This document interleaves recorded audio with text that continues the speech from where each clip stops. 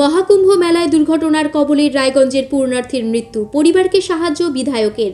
এবারের প্রয়াগরাজ মহাকুম্ভ মেলায় গিয়ে দুর্ঘটনার শিকার হয়ে মৃত্যু হল রায়গঞ্জ থানার ৮ নম্বর বাহিন অঞ্চলের পকাম্বা গ্রামের এক বয়স্ক পূর্ণার্থীর। রবিবার এই মর্মান্তিক দুর্ঘটনার ফলে বয়স আনুমানিক ৪৮-এর শ্যামল দাসের মৃত্যু হয়। এই বিষয়ে জানা যায়, মৃত পূর্ণার্থী শ্যামল দাসেরা ৩ ভাই। তার পরিবারের স্ত্রী দীপালি দাস এবং রয়েছে একমাত্র ছেলে বিধু দাস। এই বিষয়ে স্ত্রী দীপালি দেবী বলেন, তিনি ছিলেন সংসারের একমাত্র উপার্জক। এভাবে তিনি চলে যাবেন তা স্বপ্নেও কল্পনা করতে পারিনি। এখন কিভাবে সংসার চালিয়ে নিয়ে যাবেন সে কথা ভেবে হতাশ হয়ে পড়েন।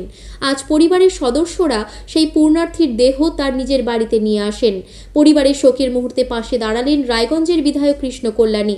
আজ তিনি নিহতের পরিবারের হাতে কিছু আর্থিক সাহায্য তুলে দেন।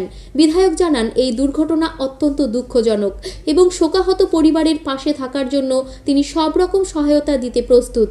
এই ঘটনায় গোটা পরিবারের সদস্যরা কান্নায় ভেঙে পড়েন এবং গোটা এলাকা জুড়ে শোকের ছায়া নেমে আসে। এই বিষয়ে মৃত পূর্ণার্থীর স্ত্রী দীপালি দাস কি বললেন শুনুন বিস্তারিত। দিদি, আপনার নাম? আমার নাম দীপালি দাস। এই গ্রামের নাম কি? পকাম বাজার বাড়ি। এই যে কুম্ভ মেলায় গিয়েছিল, কে হয় আপনার? আমার স্বামী।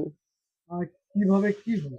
কুম্ভ মেলায় গেল, লোকের লগে গেল, গিয়া এই চান করলো, পরে পায়খানায় চাপ দিছে, জলান্তে গিয়া রোড পার হইলো, গিয়া বড় গাড়ি চেটকাইয়া দিছে।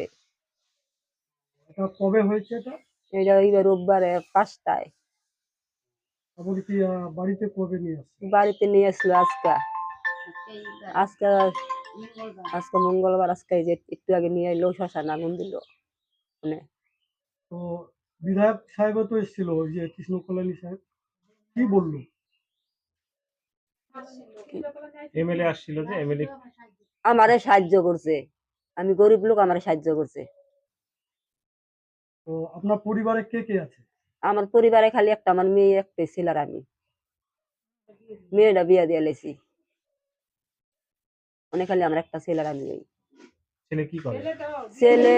ছেলে ওই যে ভারতবর্ষের সারা বানাতা ছেলের গোটা আদালি তাই না। সে আমার ছেলে সৌরাগো, আমার কপাল মন্দ, আমার কোনো কপাল বালা না, বুয়াই না, বুরগুলা বানায় না, বুয়াই না। মানে আমার ছেলের মরবে, ছেলে আমার ওই সঙ্গে জল জলা জল পরে আমার দুনিয়ার টেনশন দিয়া গেছে। আমার স্বামী আমারে বাড়ার লাগিয়া গিয়া শেষ হইয়া গেল।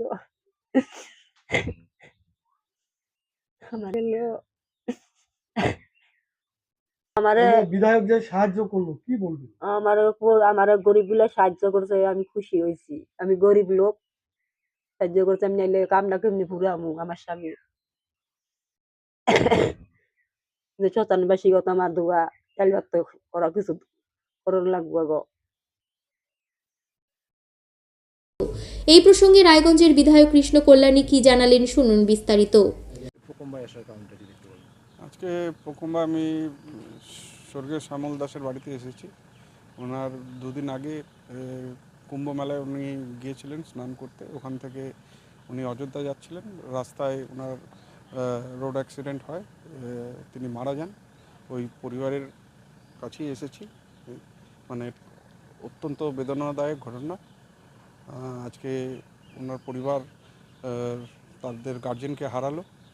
তাই বিধায়ক হিসাবে আমি পীড়িত পরিবারের পাশে দাঁড়িয়েছি, আর ওনাদের কিছু আর্থিকভাবেও সহযোগিতা করলাম।